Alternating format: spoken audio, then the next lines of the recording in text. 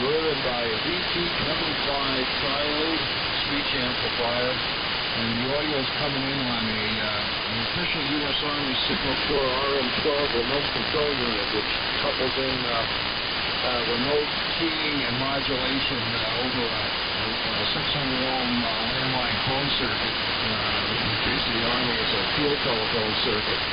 I've got broke out the schematic of the RM-12. There's actually two circuits in there. One of them is a landline telephone to talk between the RM-12 and the RM-13. The RM-12 is the piece used to connect the remote RM-13 to the transmitter. And each of those things, the RM-12 and the RM-13, each have a WE8 telephone circuit in it. And then there's circuits for keying the transmitter on CW, and then to couple audio from the remote station in through basically exactly what you use in a broadcast station, a 600-ohm winding coupler. And in the case of the RM-12, because it plugs into the phone jack. Oh, I'm too tired for this. B-plus bias that would normally be going to the carbon mic. Pretty slick little system. And I'm feeding the external audio that would normally modulate the PX100 Apache with, which is basically 600-ohm line-level audio, right into the thing, and it seems to be working good. Over to you, Perry. I wonder if you got this live stream in W3MMR. Yeah, tell me what happened with this accident, and you actually got on the evening news at the head of the traffic that was stuck. W3MMR, AJ1G on the old BC-191.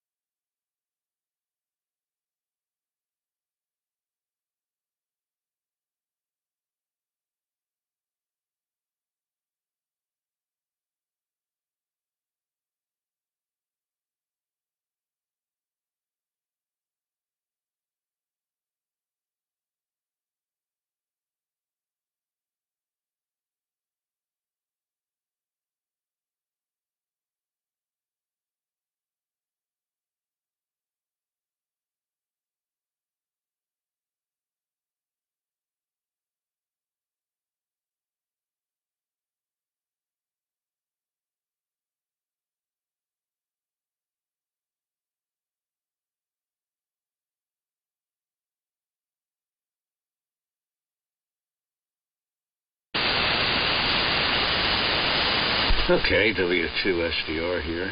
Fine on all your external audio and stuff here, Chris. You sound good down here this morning. Sound real good. We got 37 degrees. It's going to be a wind advisory today. It's going to be a change. I guess it's going to get warmer. We might have some thunderstorm go through. I don't know. It's going to be windy, though. Yeah, if you notice in the manual the memory or the smart beaconing, you got three different things: Type 1, Type 2, Type 3. And what they are is you can set all those three differently for different configurations. Now, I would use the default. I find the default works just fine for smart beaconing. And I think it's 5 and 70. If you changed all those numbers, they tell you the default in the manual, number one. And number two, Type 2 and Type 3, those settings are the same. So you could go to 2 or 3 and see what they are and put 1 back the way it was if you want to do that. You can do that too. But I found that 1 works pretty good. And one of those YouTubes explains all those settings, like there's turn radiuses and all. Like if you lived in an area where you had hairpin turns, like mountain roads and all, you can set that so it'll respond to all those little curves, like if you were hiking or something. See what I'm saying? But driving, you really don't have to bother with any of that, So the defaults end up working pretty doggone good. And you can see that when you look at your drawings on the map afterwards, that if it's sticking pretty much close to where you're going, it's all working fine. So the other thing you notice, if you're talking a lot while it's tracking, like when we're yapping it up you're on there, it can't send a beacon out until you unkey. And then it'll beacon. So you'll hear an interruption in my audio because your thing is beaconing for a few seconds, see? So it won't beacon unless you unkey. So actually, you may, if you're talking a whole lot back and forth, it won't beacon as often as it wants to. But that's still okay. It makes up for it. So it can do two things at once. Kind of, but it got to wait till you unkey, and then it'll shoot a beacon out. So if you hear that interruption in my audio or other people's audio when you're talking for a brief second, that's your APRS sending a beacon out. And it only does it for a second, so it really doesn't interfere with, you're not going to miss anything somebody's saying or anything. AJ1G, back up to you, Chris. W2SDR, and you're coming through good. You're about an S9 to 5 over, maybe 10 over at times. Yeah, okay, Frank. W2SDR and W3MMR, J1G. Oh, looks like I actually have most of 2 sidebands here. I'm looking at my modulation here on the W1EQX Web SDR. This thing, because it's MOPA, has a certain amount of FMing going on, and lately, when I first had it on a couple of days ago, it was kind of like Andy audio, I'll call it, Andy modulation. It was, CDL with his 720 that FM's all over the place, and he only ends up with one side there. And this looks fairly well balanced here on the W1EQX Web SDR. It's not as strong as you, Frank. Like I said, if I'm making 60 watts, 65 watts, I'll be lucky, I think, right now. But this thing is a really cool rig to operate. I don't know if you ever saw the picture I sent to Barry, but you got these 4 gigantic candlestick 211s. They're gigantic tubes with big bayonet bases, but they're single-ended. There's no plate caps on them. They're 100-watt graphite plated RCA triodes. All of mine except one. I guess the one in the master oscillator hole is a GE VT4C. The rest are all RCA VT4Cs. Interestingly enough, one of them must have been something slight change in production. One of them, even though they're all RCAs, one of them, the envelope is a little bit shorter than the rest of them. I don't know what that's all about, but they work really good. These are the tubes that the audiophiles go nuts for lately. And I think Janice, AB2RA, when she was at Earfest, I remember her talking to Glenn, N1SNG, and telling them that she picked up a bag of these. I guess someone had them under the table type of thing. She picked up a paid for them, but I bet you it wasn't very much. But the original ones go for big money on eBay. There's also the Chinese are making replicas, but apparently they aren't as good. They're probably just fine for amateur use. I might at some point get a set, but even those are like $100 a piece. And I've been trying to get it on CW as much as possible for the centennial celebration of the 1BCD transatlantic success. And I'll be heading up to the vintage Connecticut Vintage Radio Electronics Museum tomorrow for a few hours. I'm going to bring up my set of 15 radials that form the counterpoise for my vertical antenna here. I'll let them borrow those radials and add to the 12 we already have there. They set up an inverted L for their special transmissions tomorrow night. And then I'm just going to drop the radials off and watch them test it out. And then I got to get back here for other stuff going on I've got going on. But the other thing, I'll be able to hear them from down here. And that should be really interesting. They're going to be doing the CW broadcast every 15 minutes, start at on the quarters and halves at the top of the hour from 6 o'clock to 11 o'clock tomorrow night. And they're basically looking for reception reports, and you can copy their transmission. They'll send you a certificate. And then 1AW and the station over in the RSGB over in England are going to have two stations doing two-way QSOs going at the same time. I hope they're on 160. I think they will be. And also other bands. So it's going to be a lot of fun. I think there's going to be a lot of people showing up at the museum as well.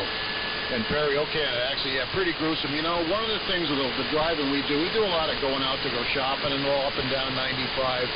And right in our area, Waterford, where 395 splits off to go up to the casino and up towards Worcester, that's a it's like one of the worst spots in Connecticut because there's people coming in and crossing lanes. And all the bad driving, the big thing I see is people are all going way too fast, and people are flying along and passing on the right. I'm doing 70 miles an hour in the middle lane. I don't like to stay in the right lane because people just merge without looking all the time. And at least you're out of their way a little bit in your middle lane. But then you get these a-holes that come flying up on the right. They don't even realize that they're running out of third lane and going over the top of the hill, and next thing you know, they're cutting people off. I got cut off. Diane and I were on the Gold Star Bridge between Groton and New London, heading to the Groton up north, heading on the northbound side. And right in the middle of the bridge, this big Canadian 18-wheeler, I'm tootling along like right at the speed limit, which is 55, passing people on my right. There's two lanes to my right that are pretty busy. And ahead of me and behind me, and this truck comes up, just passes me, and then for no reason at all, there's nothing up ahead of him to cause it. He decides to change lanes as soon as a friggin' cab clears in front of my truck. And I had no place to go except haul out on the brakes and try to crab over, and then everyone else saw what was going on, and luckily they crabbed over, and I would have been run over and we would have been squashed like a frickin' bug. And I have no idea why that guy did that. I followed for a couple of miles. I did call state police, and I don't think they ever did anything. I gave him a plate number. It was a Canadian 18-wheeler. I have no idea what he did, but he was probably fiddling on his phone playing video games or something. Who knows? Anyhow, Perry, over to you. W3 MMR and W2 SDR. AJ1G on the mighty BC191. Yeah, just dragging my feet, Chris. Yeah, AJ1G on the mighty BC191 W3MMR. Okay, Chris, real good. Good signal too for 65 watts, man. You're a good 10 over S9-ish, maybe more. You could see it on the video. You could go look at it if you want later. My band, it's loud here. I have a lot of local noise, but you're definitely making it over it, Chris.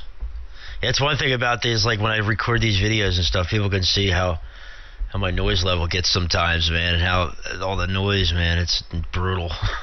But I enjoy it. It's a lot better than what it was, man.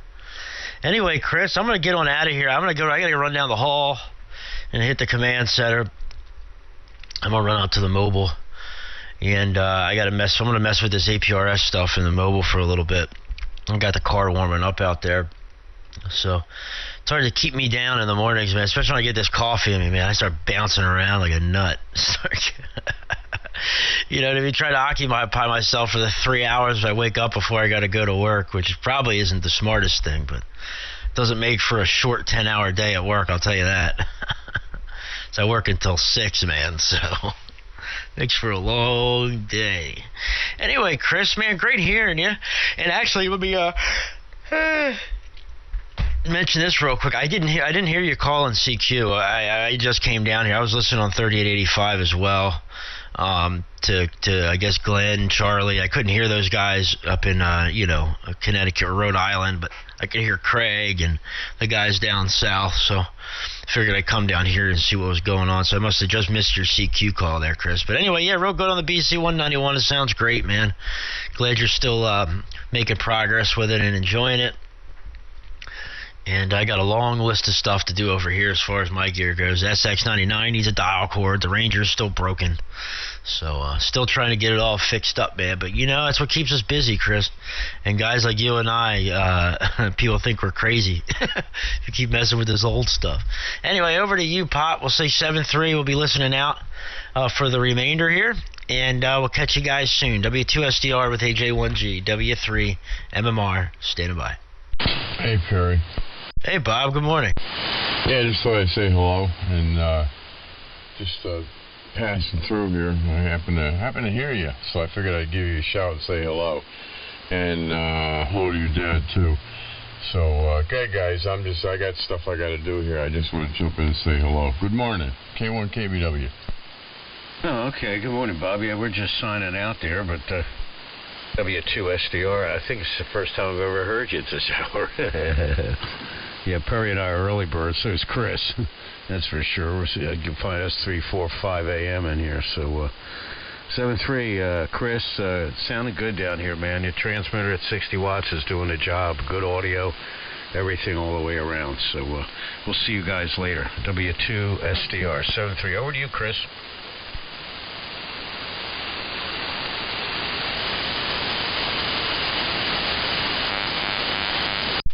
See you, Bob. Have a great day, man. Good to hear you this morning. W3 MMR.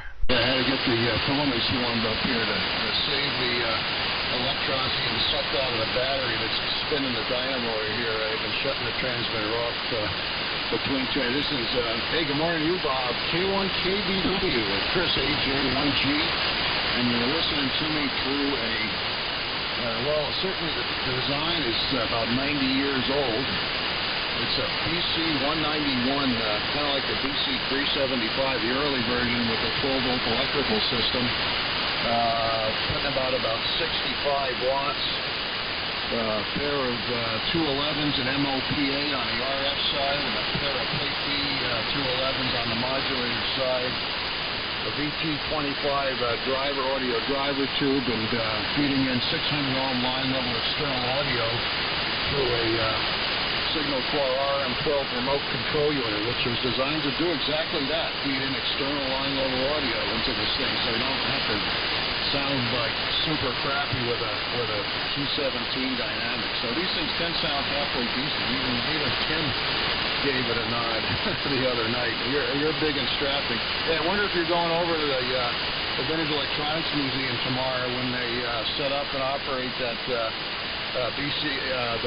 one BCG replica transmitter. K1KBW, if you're still there, Bob, AJ1G. Yeah, very good, Chris. No, I can't. I just got out of the hospital the other day. I got a collapsed lung, and it's they did what they could do, and it's still partially collapsed, so. I can't do a whole heck of a lot, but anyway, Wednesday they're gonna take care of it and fix it so it's not collapsed anymore. So hopefully I'll be 100% after Wednesday.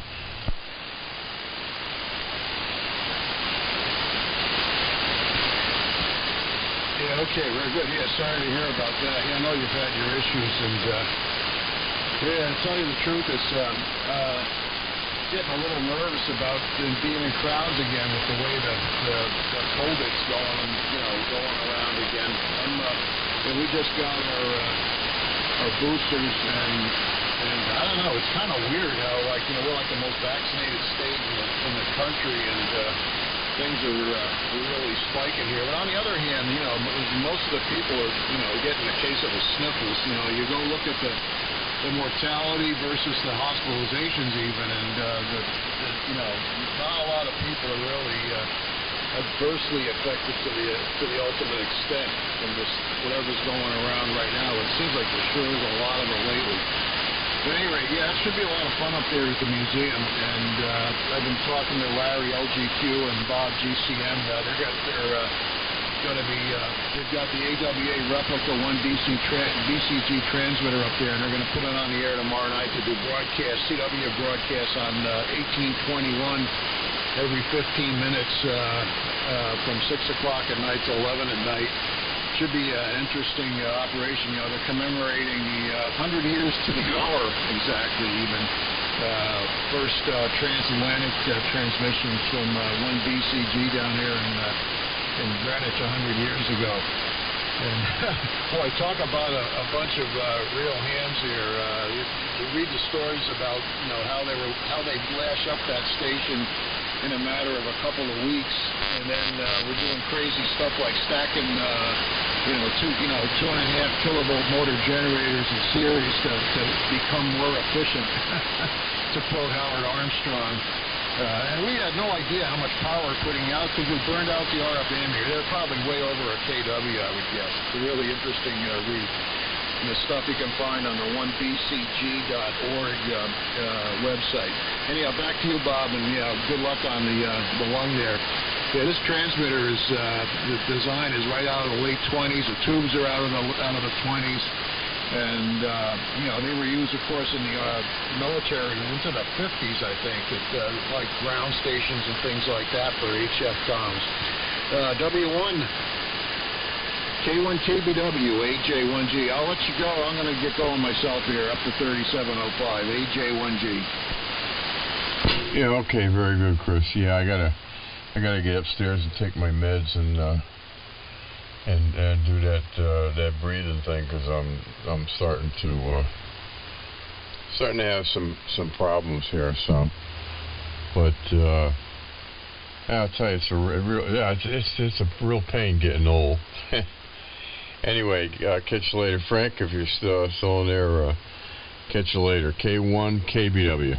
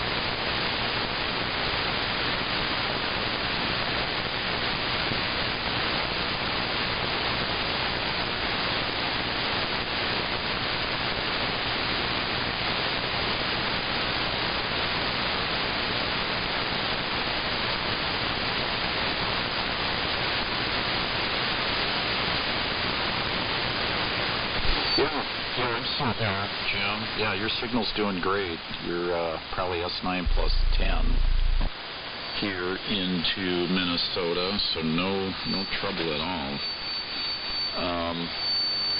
Yeah, the others, I think, I hadn't heard Kevin said he was going to make it his last. Yeah, he's coming in really well. Kevin always comes in here. He's usually the strongest station I hear on AM, other than, more local. And I just think it's probably the way my antenna and his are situated in that, with propagation, you get like a one-hop skywave between he and I. It just very precise that way. I get stations further east of him or further west of him. They're not as strong, but Kevin, for some reason, usually Dan, KD4UMU comes in well too, and of course he's in Kentucky. Jerry, KE9U usually comes in pretty well. So for some reason, everything just lines up so that area of the country comes in well. Now, you guys in Virginia are usually pretty good, but not quite what they are. But good enough. KM4XG, K0 SF.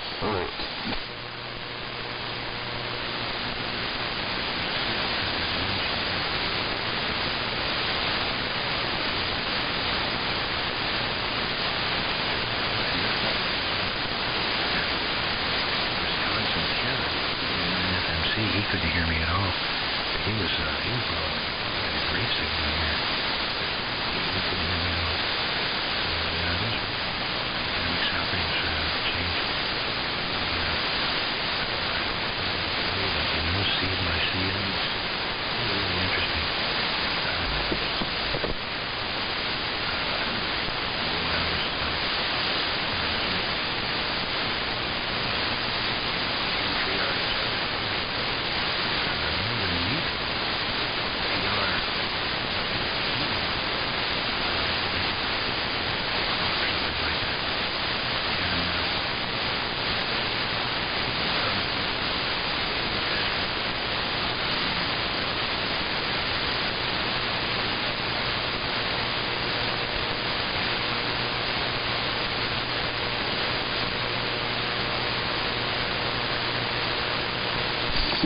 Yeah, things are more selective.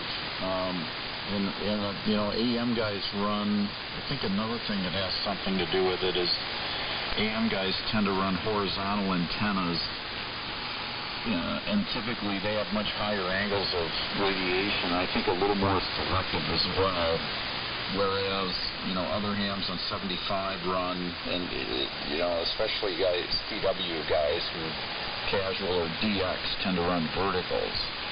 And those just have one big low-angle lobe, fairly low, and then I don't think they're as selective, other than what the propagation will do.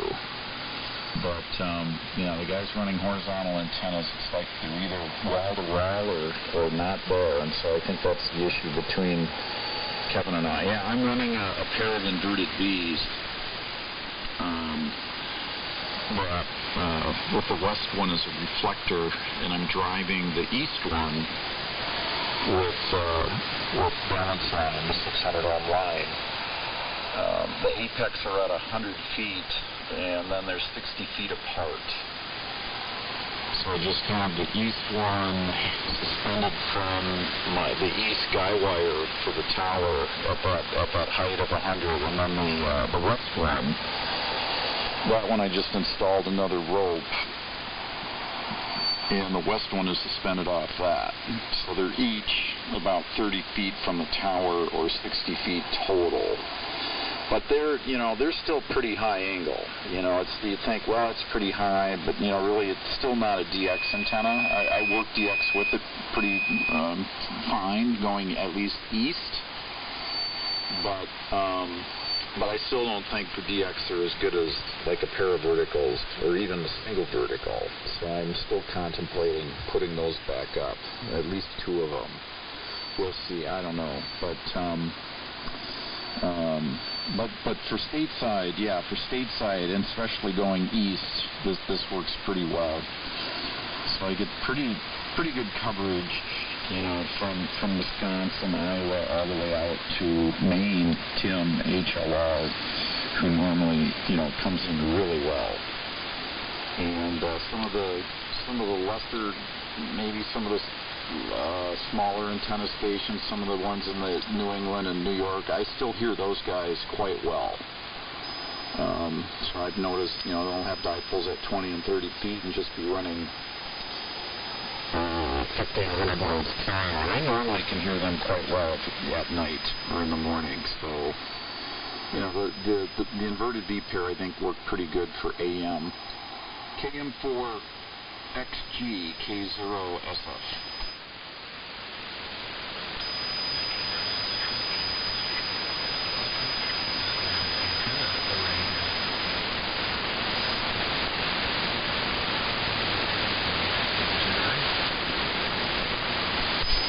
Well, good intuition. Electrically, yes.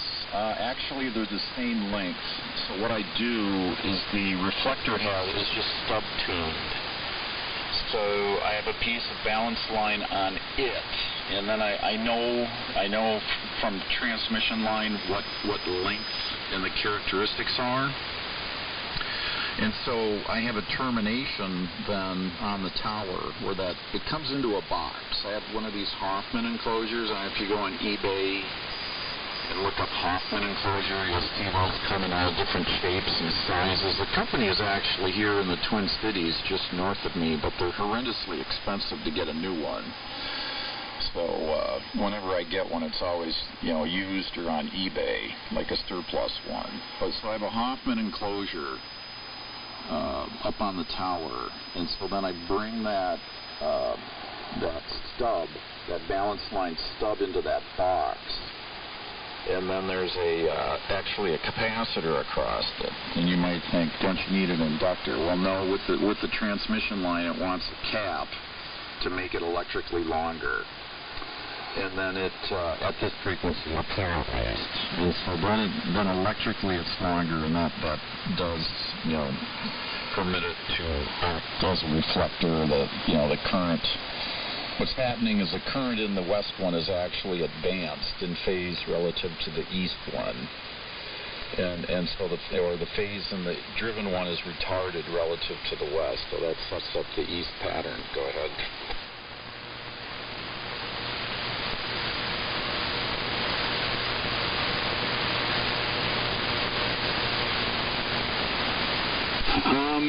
Not yet, so I can. I mean, one would think, why don't you just add some relays and all that junk to the box? So that's certainly something I'm thinking about. But I'm kind of between. I'm wondering what I really want to do. And so, one, I've started a beam, 80-meter beam, but honestly, I don't know if I'm going to be able to get it up on the tower without a lot of help because of my land and the trees are. So I'm still considering that. I think there is one way to do it, but I got to get it lifted from the wetlands. So, of course, the problem with that is, you know, mucking around in 2-3 feet deeper water. And so that's really a challenge, unless I do some dock or something like that, which, you know, is a lot of infrastructure. I have done that for other antennas. I did that with my 20-meter beam. And also my 10-15 meter beam, and literally the 10-15, it was just exactly that. I was out there in hip waders preparing it, and it wasn't too bad. But the elements, of course, don't weigh, you know, 70, 80 pounds like they would for the 80 meter. Similarly, the 20, and the 20 had the big, you know, has a 46-foot boom, but the issue with the 20 is I did it in the winter, so I had ice to step on and cattails, so that wasn't too bad. But the 80 is another animal, so I don't know if that's really going to work out. So I'm still mulling it, but I got most of it built. It's just getting it out there and set up to lift on the tower. So that's option one. And as I mentioned, the other option is just to go back to verticals, which, you know, they're fairly easy to put up. And, of course, everything's on the ground, so So if something breaks, it isn't a climb. The downside's all the rat nest with the radios. I could probably do elevated ones, so I don't need so many. So I'm just mulling. I don't know. Or stay with this guy, and as you suggested, throw the control in that Hoffman box, which could be done. So I don't know yet. So I'm mulling it over. KM4XG K0SF.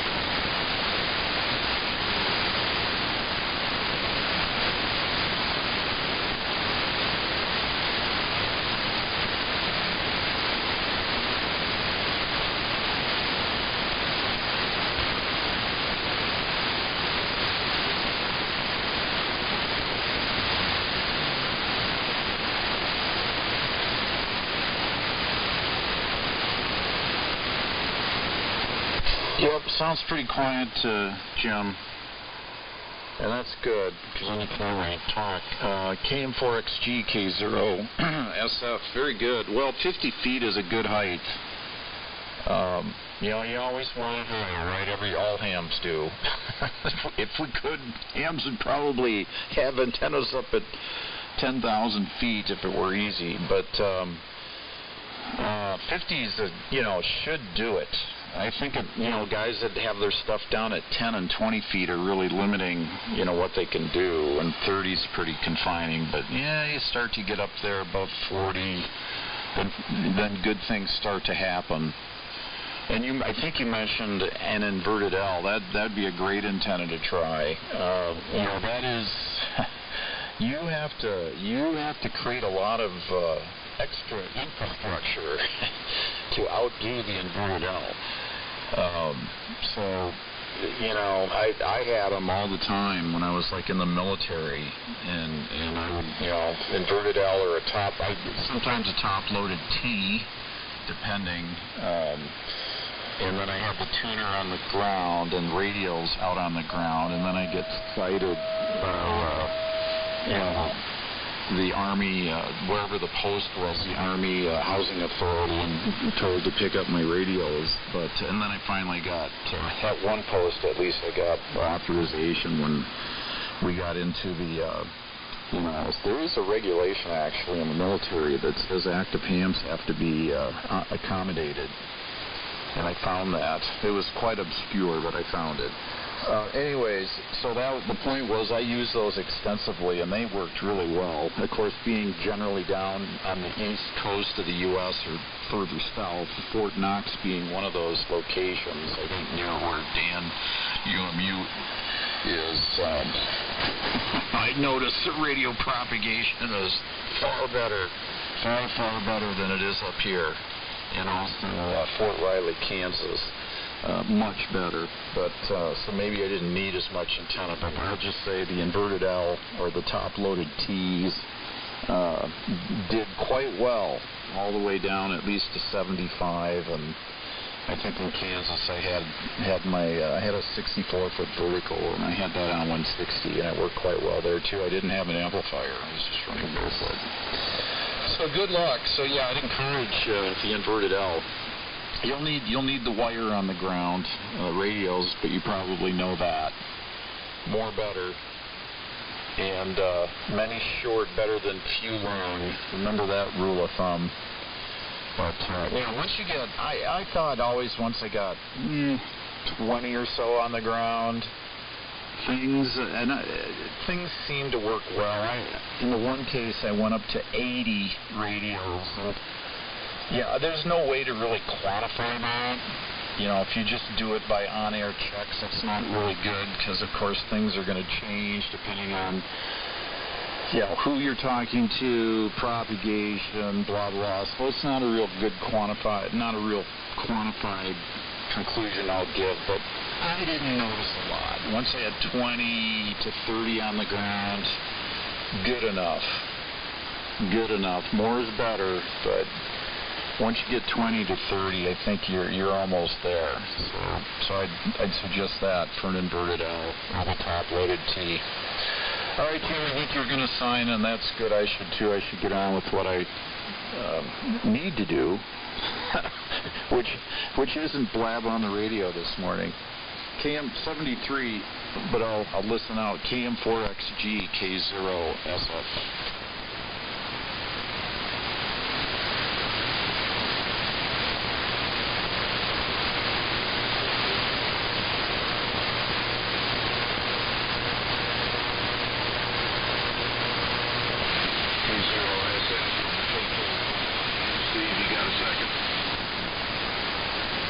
Yeah, good morning, Jay. How much snow you got? Oh, we don't have much. There's maybe an inch, half inch, but we're supposed to get anywhere from 4 to 8 inches here by dinner time. Over. Okay, well, that's what Butch was saying yesterday. We're trying real hard to get out of here. Jane had surgery and everything turned out just fine. And we're coming back to Lansky on Wednesday. He's so funny, Steve. He says, I hate it. You got to get back. See, that's what 75 years of living will to you, Steve. Over. Yeah, well, Butch is going to get hammered where he is. That's just about center of the flow of the snow. So they're going to get 8. They're going to be on the high side, and we're on the low side. So they're going to, he'll. I don't know if he's got a snow service or what, but I'll just say they'll be more into an 8 and 10 horsepower range of snow blowers. And forget about shoveling. Over. See, he's just out of shape and stuff. She had to have the surgery. I said, well, I know she's okay, so I was going to help. And she can get out of there. He was saying yesterday he doesn't even have a snow shovel. So, poor guy. But anyway, all right.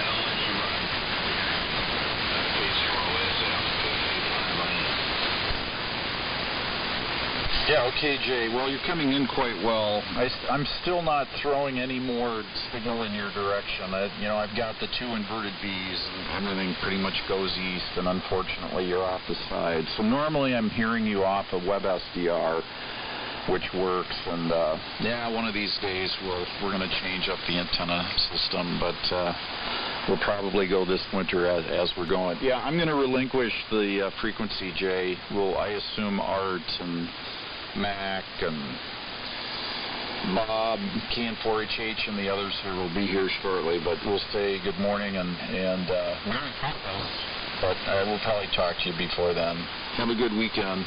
KK5IM, K0SF.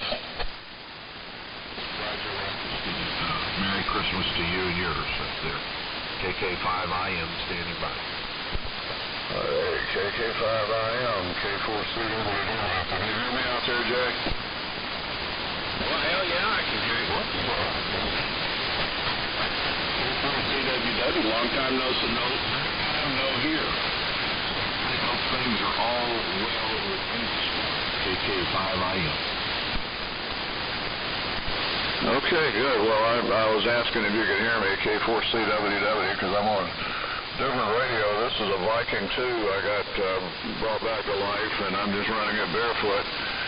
And I don't know, you let me know if this thing has enough audio on it. I've only operated it a couple of times, and I'm still getting early reports on whether everything's okay or not. But you sound great in here. I'm portable in Fayetteville, Georgia. I am in Fayetteville, Georgia this morning. And, I've been traveling back and forth, and early in the morning, I don't know, I've been sitting up doing computer analysis. I get up at 3 in the morning a lot of days, but tend to sit down at the computer upstairs and not make it downstairs these days. So I'm a little tired, I've got to admit. We'll probably have a few more folks in here in a minute. I did want to say, too, we had a little complication with our son. We got pancreatic cancer, and now he's had a couple of things turn up in the liver, and in fact, the one new growth started blocking up bile duct, and he had surgery on Tuesday. The apparatus was goofing up, and the surgeon, while he was in there, he got a biopsy of this thing plugging up the duct. We suspect it is malignant, but it's new and it's small. And he's supposed to have an appointment with the surgeon and the oncologist Thursday of next week. They think they'll have the biopsy analysis back by then, and we'll be clear in detail, because one thing they do a genetic analysis to compare the makeup of this new thing with the makeup of the original tumor. And so, anyway, so he's got to get a game plan worked out for how they're going to treat this now. But so I expect, it's going to be an ongoing saga. The pancreatic stuff just doesn't go away. But we're going to give it a good fight anyway and see how far we can take it. Hopefully we can get him out to 80 years old, but I don't know. Anyway, that's enough about that. We got some guys waiting to check in, I'm sure. Thanks for picking me up. Your audio sounds good. I'm in another Vikings Tuesday with you. KK5IM, K4CWW, Portable, Fayetteville, Georgia. Well, I don't hear a sound out there. AK4CWW, KK5IM. Well, I know that none of it is the news that anyone wants to hear ever, especially during this time of year period. But we'll certainly keep you guys in our thoughts and prayers. You fight this, we all fight this. So it just seems that sometimes it seems like when it rains it pours, and I just hate everybody have to go through that, especially if they're up on the side of the plains. It's bad enough the other way. So, anyhow, well, it is I was just checking in with Steve there, K0SF, see what the weather conditions were up there in Minnesota. He's on the western side. K0 is on the eastern side, Maxine, Wisconsin.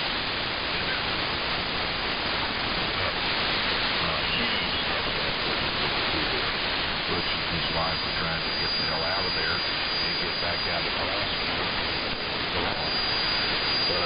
they've had some medical which has now been rectified. So hopefully they're going to get out of there on Wednesday of next week.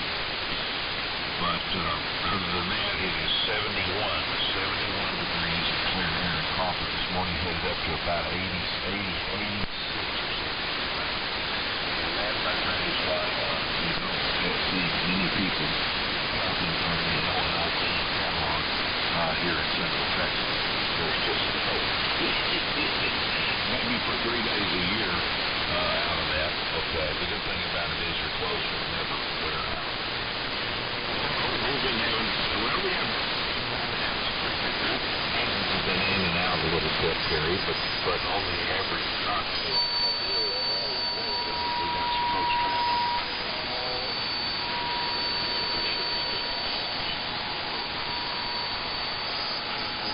WW from KK5. K4, is that right?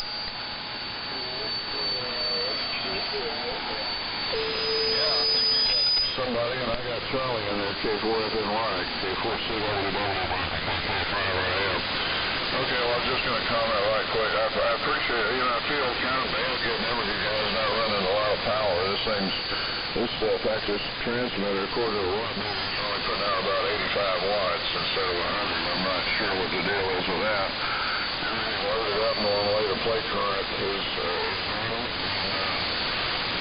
I don't know. I probably can tweak things a little bit and get another 10 watts out of it, but at this level, general level, it's not going to make much difference. The other thing I'm interested in, Jay, is because the antenna, the way the property sits here, this antenna had to run east and west. So you're right off the end of the thing, but it's low enough that this may be a case where being low to the ground instead of being up 100 feet makes the product more omnidirectional, so I guess I'm squirting a little bit out your way toward Texas. But I'm glad you've been doing well, and I haven't seen the temperature here this morning. We went pass it over to Charlie, and I think you have somebody else in there too you can pick up and check around where that's coming around. Let's see, it does say 46 degrees. This afternoon it's going to be in the 70s, I'm sure. Hey Charlie, how you been? K4CWW, Fayetteville, Georgia. Okay, Perry, K4CWW with KK5IM, K4FNY. Good morning, Perry. Nice signaling here this morning. I wouldn't worry about that 15 watts. I mean, good grief. 5 watts is plenty. We're about 20 over here on the fake S meter. And I'm not running high power myself. I'm running 250 watts. I'm not running a whole lot of power either. Just whatever the old VC610 decides to put out. It's SWR sensitive.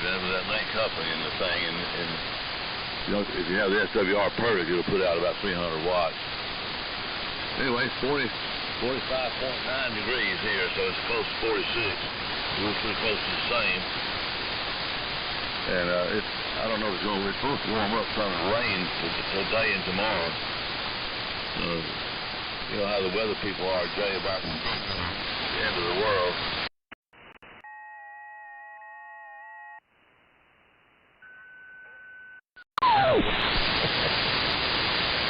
Well, my mouth isn't working right yet either. I've got not my third cup of coffee this morning already.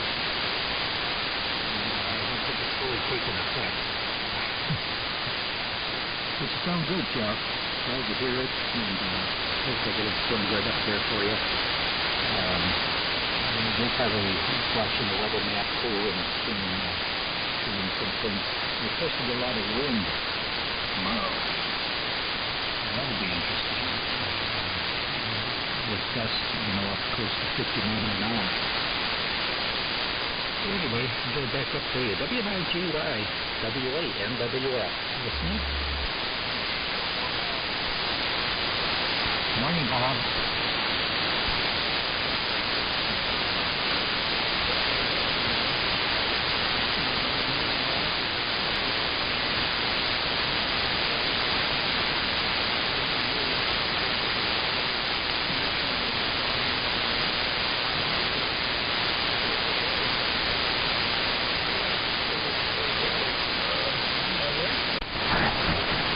AT&T,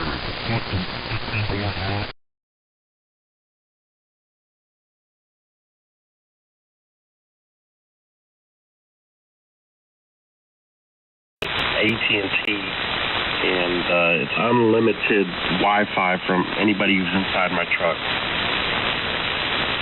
Oh, yeah, okay. That's a nice feature.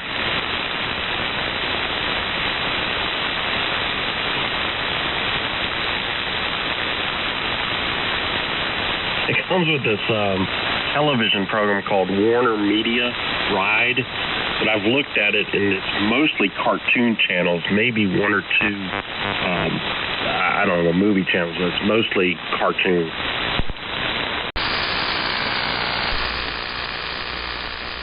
Yeah, okay, Kevin. Good morning. And, yeah, we've talked before on 160. The name here is Bob. I'm located in Windsor, Vermont. And just fired up here. Just checking things on the scope. Stand by. Okay. Yeah, we've worked before, Kevin. It's been a little while. Very good on the ICOM. And still running a DX100. And just checking things on here. Things are looking a little shaky. I don't know why. Anyway, yeah, running a DX100, using an outboard modulator. I think I've talked to you on this setup here on 160. And I'm using a Redcom 746 as a receiver. I'm hearing you pretty good here, and can really check the S meter of your Q5 for sure. K2X, not sure the call here, I didn't write it down. This is W1FYO. All right, Bob. Yes, you were consistently an S9 to occasionally 10 over here on the...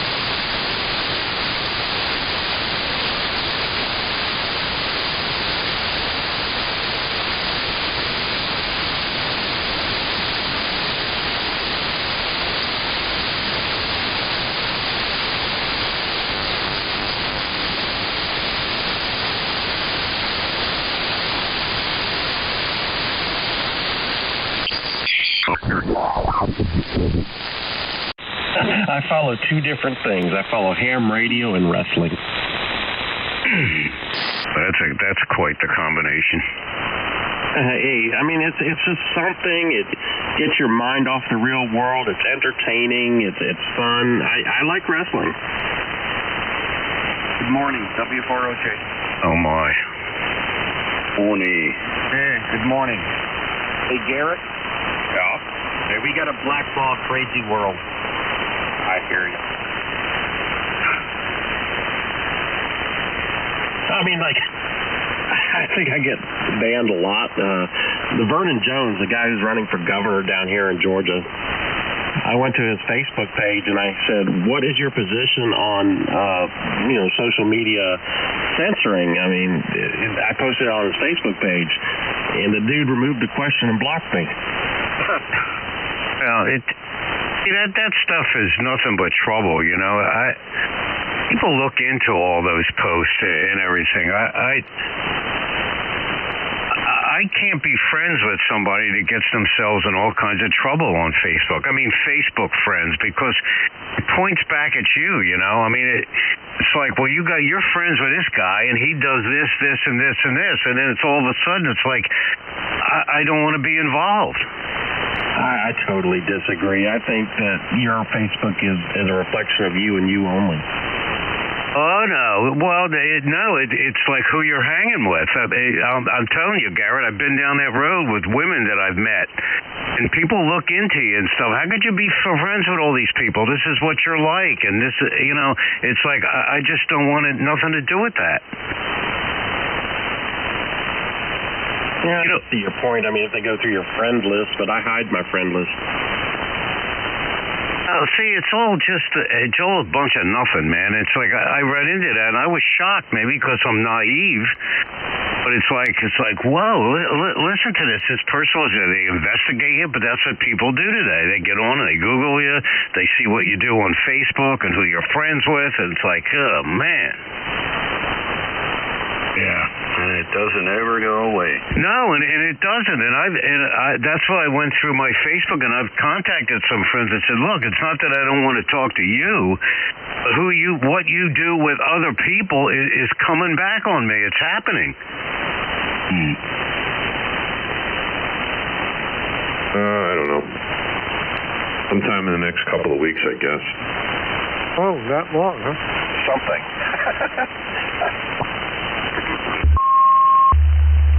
Fine on the weather. We got about 3 inches of snow yesterday, and kind of snow that isn't bad actually. It's nice powder because it was well below freezing most of the time. The kind of snow that skiers love. And it's easy for me to plow. I have a plow here that I use, and no problem pushing that snow around. So it was a benign snowstorm, and 3 inches isn't enough to jump up and down about. Unlike last year, we had about almost over 3 feet from one snowstorm around this time of the year too. That was insane. So shoot it back to you, Kevin. See how we're holding up. K2XAM. This is W1FYO.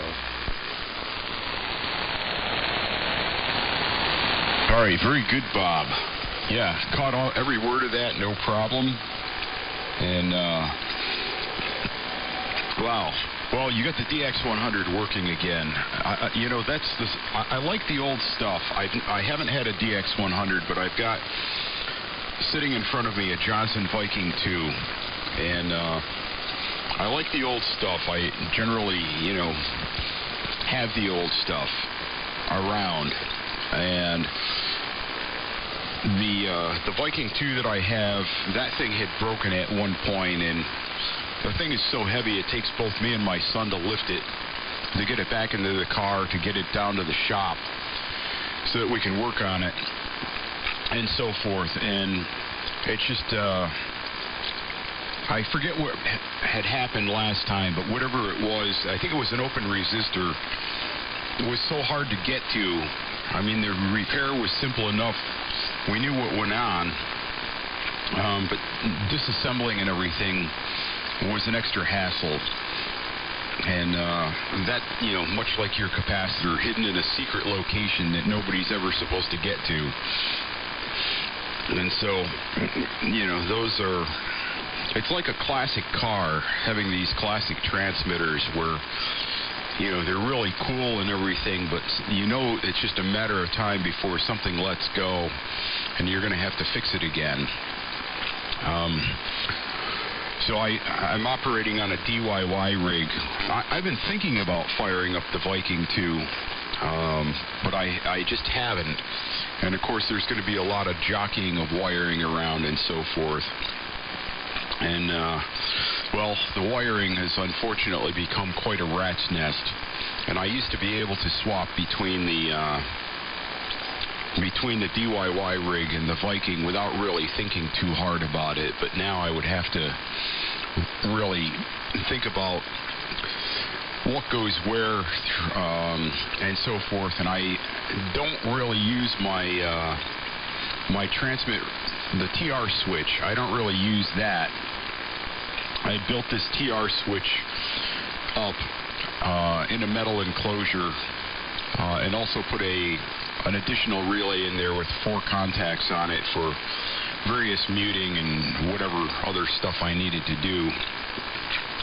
And I haven't used the TR relay, only the 4-pole relay, and I just used the TR relay that's in the DIY rig, and that seems to work out pretty well. But I've got my ICOM 7300 connected right into that.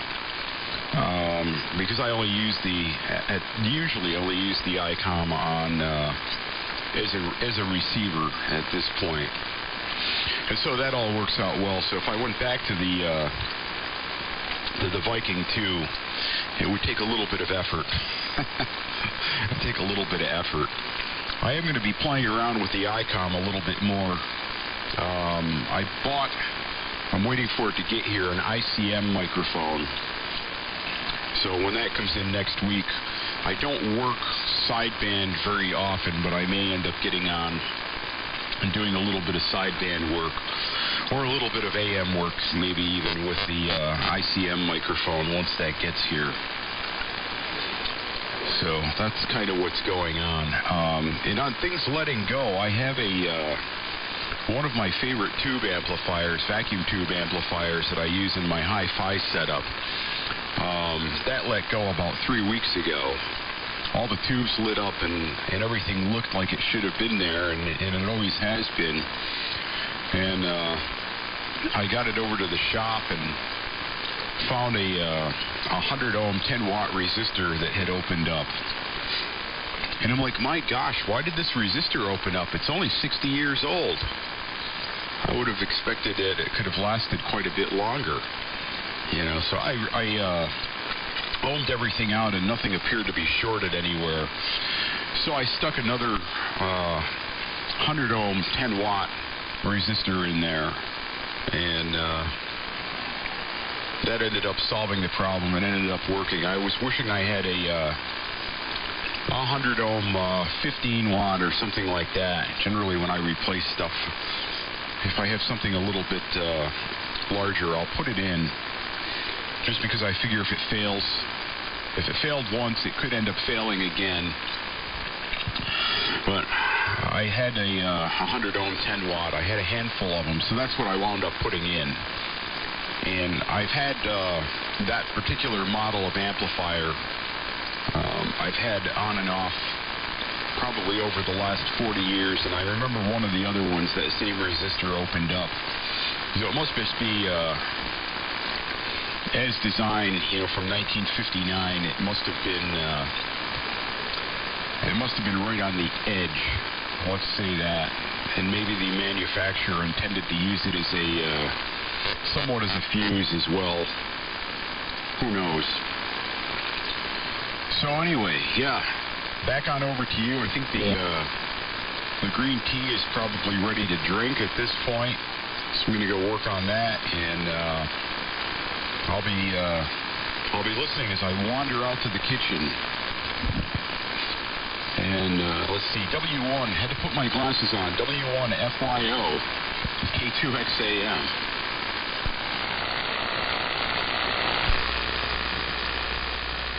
K2XAM, W1 FYO. Very good, Kevin. And yeah, your signal built up a little bit there. You're about 20 over S9. Nice strong signal, and I guess the propagation is shortening up. This time in the morning, I imagine it's pretty long here on 80 meters. Yeah, very good on a Viking too. Oh yes, great transmitter. I had one of those for a while, and I really appreciated the construction. I think in terms of the RF design, I think it was a better transmitter than this DX100 in terms of the RF. You know, the rotary inductor and components there. And I use that rig with this same outboard modulator, as a matter of fact. And I had to move, and I needed to put that transmitter somewhere, and I stored it over at my friend's barn, along with some other things like a scope. And I had a Tektronix scope, an old one, like a 535, 545, you know, those big monster scopes. Had about 1,000 tubes in it. And unfortunately his barn burned down, and along with my radios and test equipment. So really sad to see that that Viking 2 go away.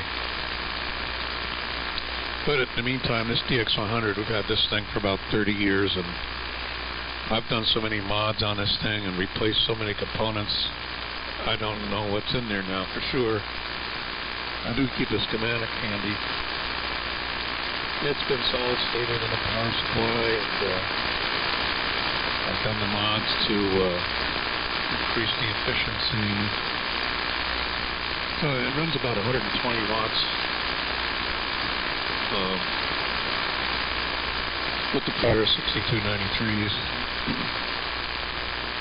I've had to replace the tank circuit coil and plate capacitor and a whole bunch of other things that I can't think of right now. It's too early in the morning. And very good on the green tea. Now we just finished our first cup of coffee here. Strat and starting to wake up. Meanwhile, while you were transmitting there, I had to go over and check the old stove, and it's cranking along here. Chilly out there, like I said, it's about 21 degrees, I think, this morning. And doesn't look like it's going to be a sunny day, unfortunately. Yeah, those rigs, old rigs are great to work on. Except that, like you say, there's a lot of weight to them, and maneuvering them around is problematic. I know this DX100 I can get to because it's on the bench. I just pull the deck out, and I can manipulate it around. But I couldn't lift this transmitter if it was on the ground. I'd have to have help. It's just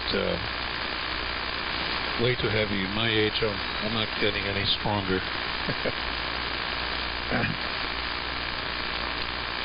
So these old radios, I do like them because you can't fix them. Unlike the very new radios, everything's an integrated circuit and surface mount. Although I have a Kenwood TS940 that keeps me on my toes, because it seems to figure out new ways to fail, and I have to get in there, work on it. And so far we've been able to keep it going. The biggest problem lately was the whole low voltage power supply section was, Chris, I hear you. burnt up, and we managed to get it all back together again. A lot of replacing burnt traces on a PC board, electrolytics that were bad, and diodes. Every component I replaced, I beefed it up with something a little heavier duty. So it's been sounding pretty good now. And I use that mostly on sideband and slow scan. I like to get on that mode. So that's been my my radio. I like to get that thing working on AM. Those things can sound very good on AM if you get in there and do some modifications. And I haven't got to that point yet, but someday I'll get in there and make some of the mods that are what you need to get the thing working very good on AM. So, and the 746 Pro, I don't even attempt to get in there. It's been working, so it does sound good on AM. That's why I like it.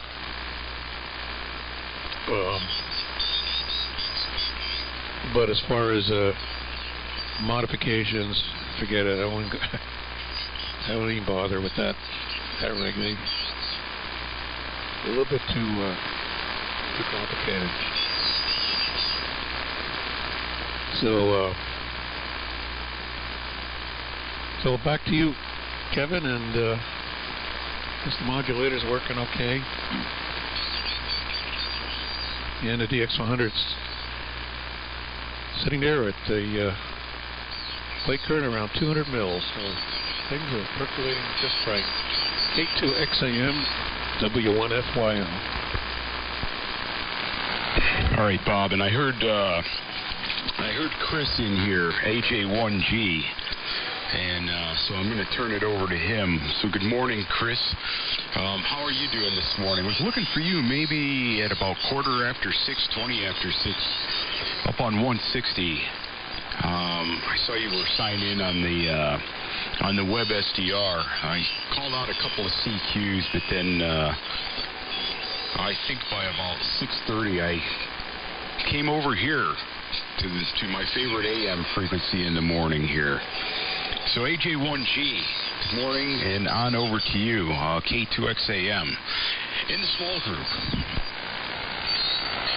Yeah, I hear Bob, W1FYO there. Good morning, Bob. We worked down at 168, but you're also K2XAM. And W1FYO, AJ1G, also on the DX100.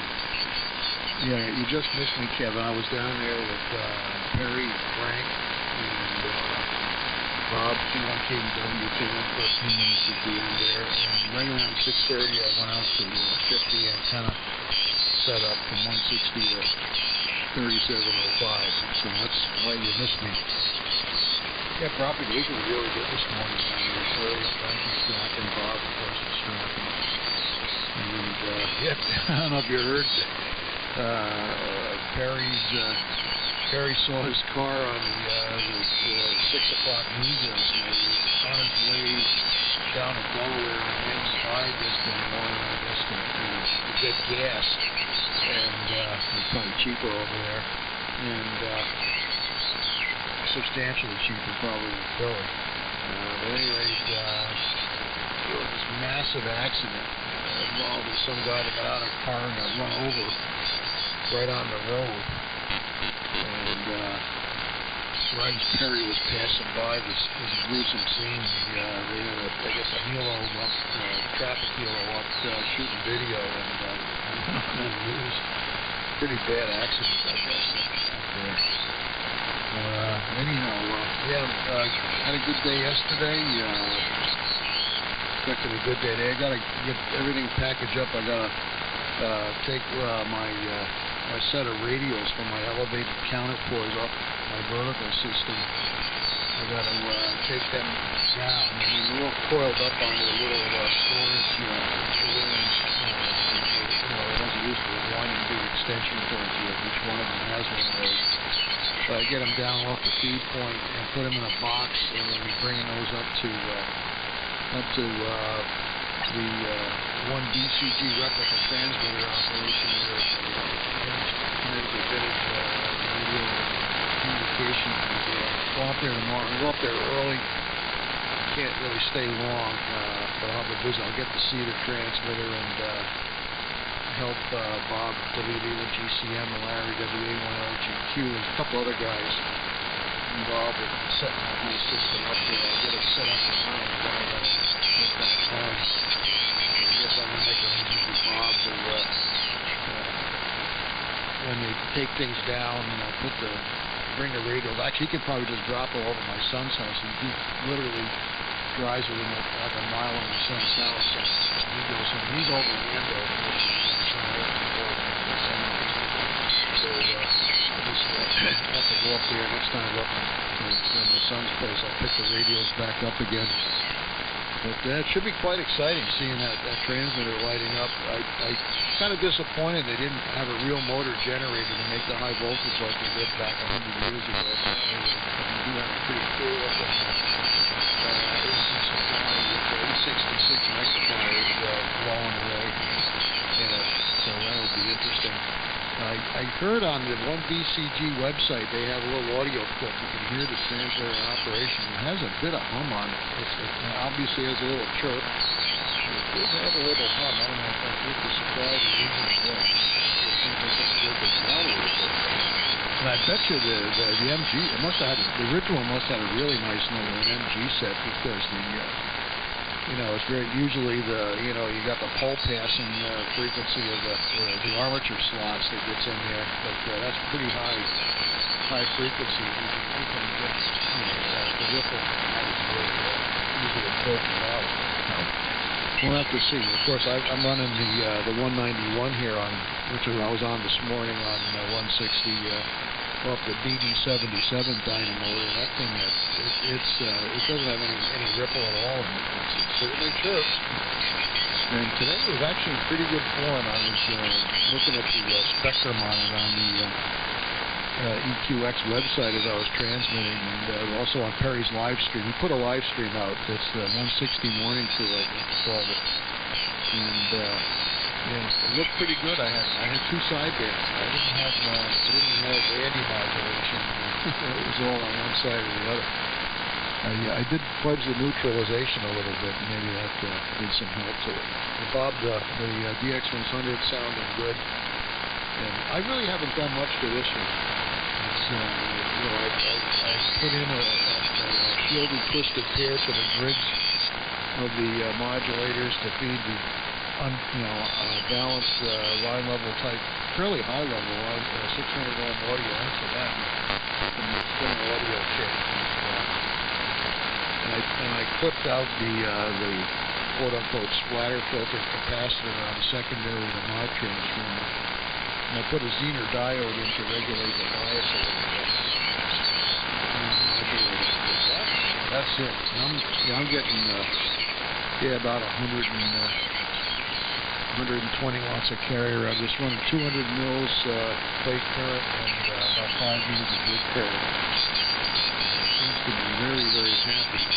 And even works pretty good on CW, although something I found over the years is the DX100 and DF1 type DFOs, you get a kind of a crapped out 686 in there, they're going to chirp. It wasn't quite chirpy when I first got it on the air, and then I swapped in another 686A.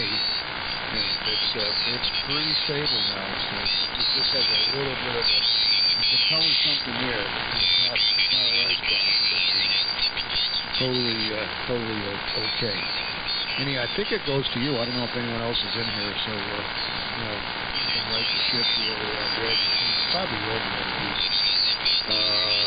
W1FYO, all cozy there with the wood stove going. AJ1G, we got 32 and cloudy down here. Got a little snow yesterday. It's pretty much over. W1FYO, K2XAM, AJ1G.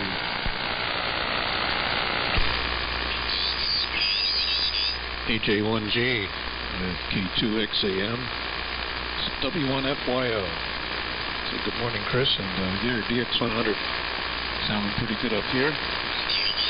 And right here on the particulars there at the rig. Yeah, they do have their issues, but they're easy to keep going. That's the thing about those rigs. And I've never used the modulator section in this rig. Since I know the outboard modulator, I just wire things up so I plug in the modulator in the auxiliary socket and been running it that way for the last, since I got it about almost 35 years ago. And the VFO is not the original either. I picked the VFO up, I think it was Deerfest a number of years ago. Replaced the mica capacitors in there, and replaced the few other things. It seems to be pretty stable, so very good on that. Yeah, the PC191 doing a good job for you on 160. I worked here the other day. Amazing, that transmitter. Of course, it's built like a tank. You look at the components in there, they're all heavy-duty micas, and I don't think there's any disc ceramics in that thing. So, those things will probably last forever. Yeah, it's like the ARC 5 I got here. It's been going and going. Probably my most reliable transmitter is the ARC 5. I had a couple of them, and they don't fail. I guess the stuff was built to last. Anyway, I think I'm going to have to get out of here. The wife is up, and I need to get on with today's activities. I've got some things to do. So I won't hold it. I'll say 73s on this. And hope you guys have a great day. I'll look for you again. Over to you, Kevin. K2XAM and the group W1FYO. Be listening out. 73s.